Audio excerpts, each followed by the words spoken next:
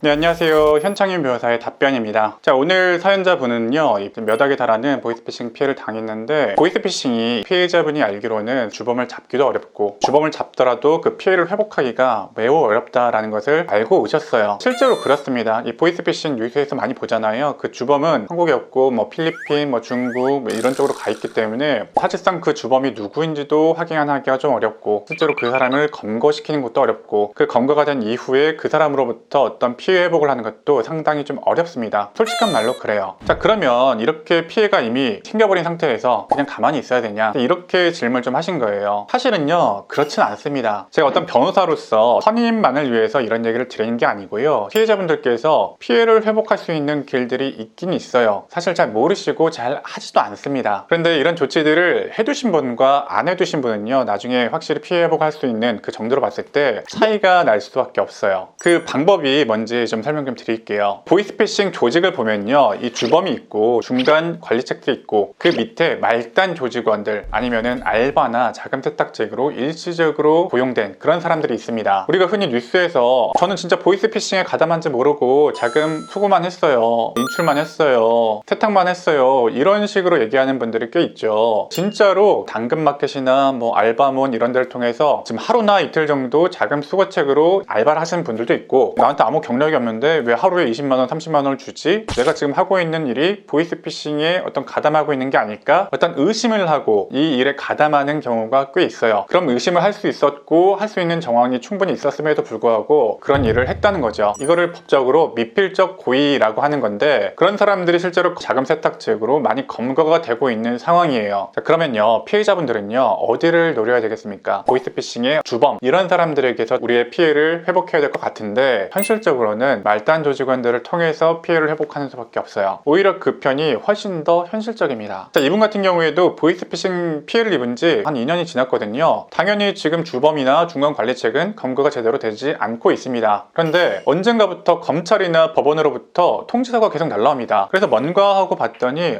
이분은 자금 수거책이었대요, 이분은 알바를 했대요, 이분은 자금 세탁에 관여를 했대요, 이분은 통장을 빌려줘가지고 통장 대여를 한 사람이에요. 이런 식으로 계속해서 수사가 되고, 그 사람들에 대한 어떤 수사 결과가 통지가 오기 시작했다는 겁니다. 그 중에서 일부는 구공판 기소가 되어서 형사재판이 진행되기도 했대요. 그래서 제가 여쭤봤죠. 그렇게 구공판 기소가 되었다는 통지가 오고 형사재판이 진행된다는 통지가 왔을 때 어떤 조치를 추가적으로 해두셨냐? 한 게 아무것도 없다고 합니다. 사실 이런 경우가 너무 많죠. 피해자분들이 손 놓고 있다가 나중에서야 이렇게 연락이 오니까 한 번씩 상담을 받으시는 건데, 사실은 해야 될 것들도 분명히 있었어요. 그게 바로 이 형사재판, 적어도 구공판 된 가해자들, 수거책이나 세탁책, 이 사람들에 대해서만이라도 적극적인 피해 회복을 위해서 내가 이 사건 주시하고 있어, 합의 시도를 안 하면 내가 여기에 엄벌탄원서 넣을 거야, 이런 시그널을 계속 줘야 됩니다. 실제로 엄벌탄원서도 넣어야 되고요. 이런 사람들 보통 2년에서 4년, 5년 이렇게 받거든요. 그럼 이 사람들도 깜빵에서 오래 있기는 싫으니까 이거를 줄이기 위해서 가끔씩 합의 시도를 해요. 우선순위가 어떻게 됩니까? 보통 피해자가 10명, 20명, 100명 되니까 그 중에서 적극적으로 어떤 엄벌탄원을 할 것 같은 사람, 적어도 형사재판에서 공소장 열람도 해보고 변호사 선임이 되어 있으면 좋겠지만 그런 경우는 좀 드무니까 어떤 배상 명령을 신청하고 재판을 계속 주시하고 있다는 시그널을 주는 사람을 먼저 우선순위에 두겠죠. 당연하게도 아무것도 안 하는 피해자분들과 그래도 적극적으로 뭘 해보려는 피해자분들과 우선순위가 다르겠죠. 우선순위가 다르면 당연히 제시하는 어떤 합의금의 정도도